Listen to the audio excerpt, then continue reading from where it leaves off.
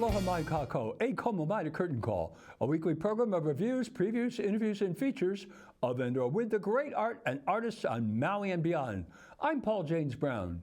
Theater Maui is presenting Disney's The Little Mermaid Jr. based on Hans Christian Andersen's story and the Disney film, with music by Alan Menken, lyrics by Howard Fishman and Glenn Slater, and book by Doug Wright.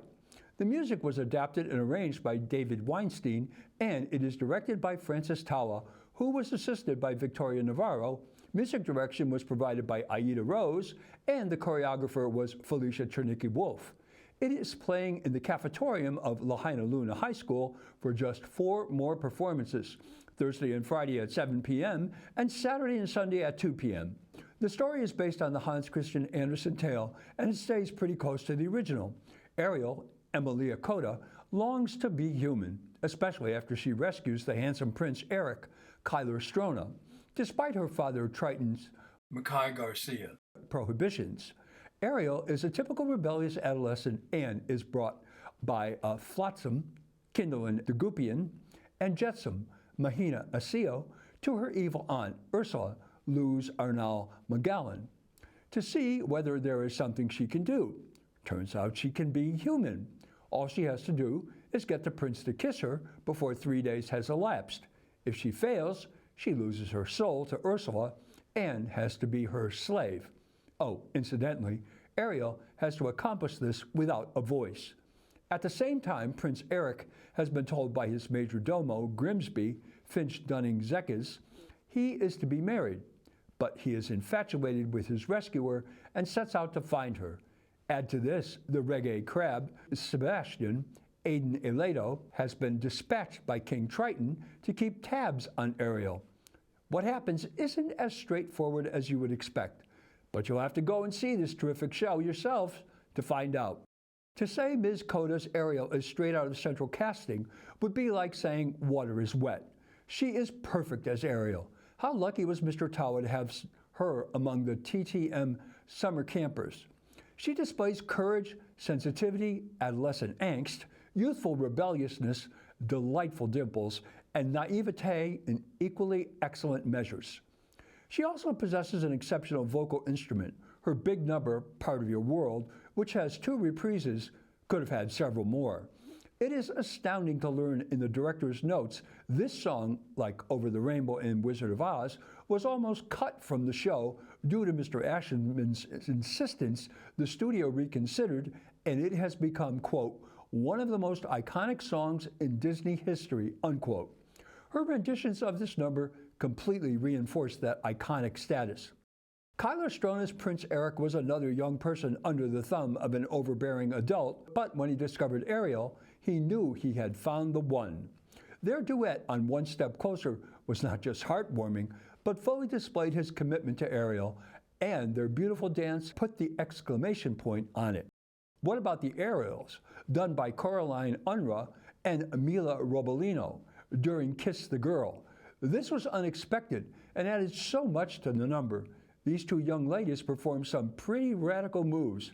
Also, Marley Silas was being initiated into the silk world during this number.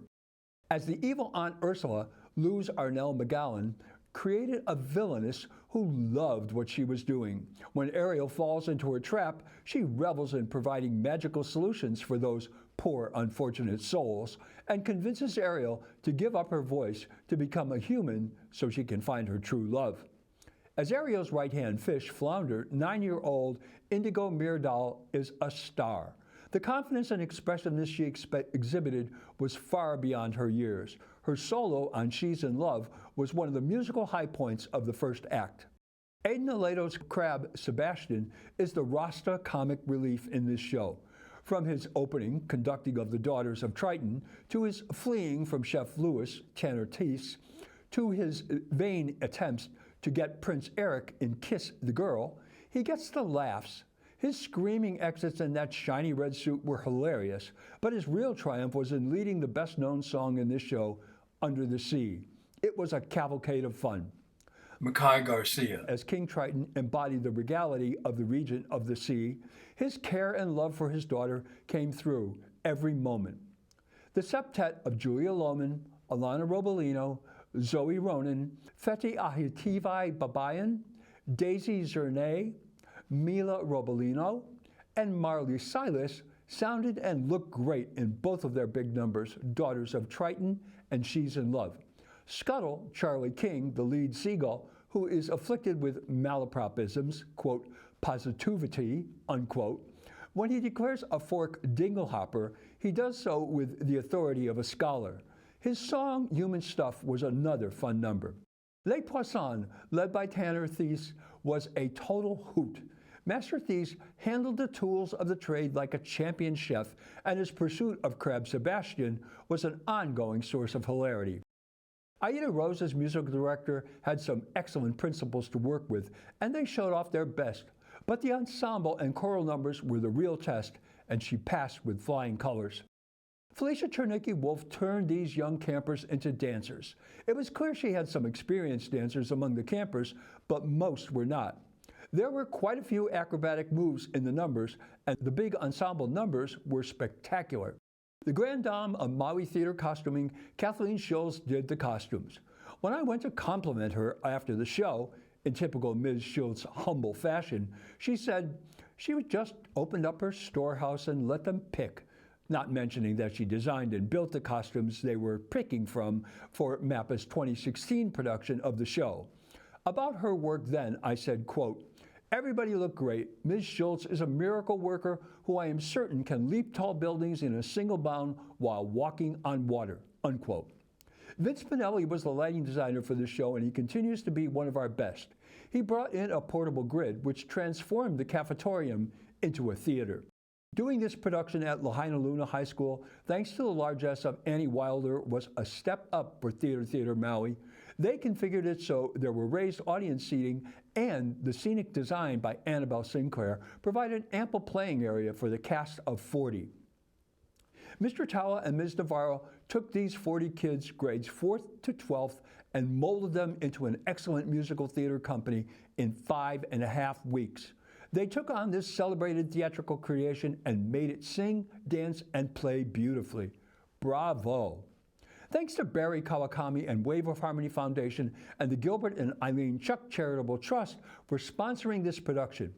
Disney's The Little Mermaid Jr. has just 4 more performances, Thursday and Friday at 7 p.m. and Saturday and Sunday at 2 p.m. at Lahaina Luna High School Cafetorium. Go to www.waveofharmony.org for tickets and information. Bring your kids and support this outstanding organization and these young camper performers. Well, that's Curtain Call for this week. Mahalo nui loa for joining me. I'm Paul James Brown. Maui strong. Ahui ho.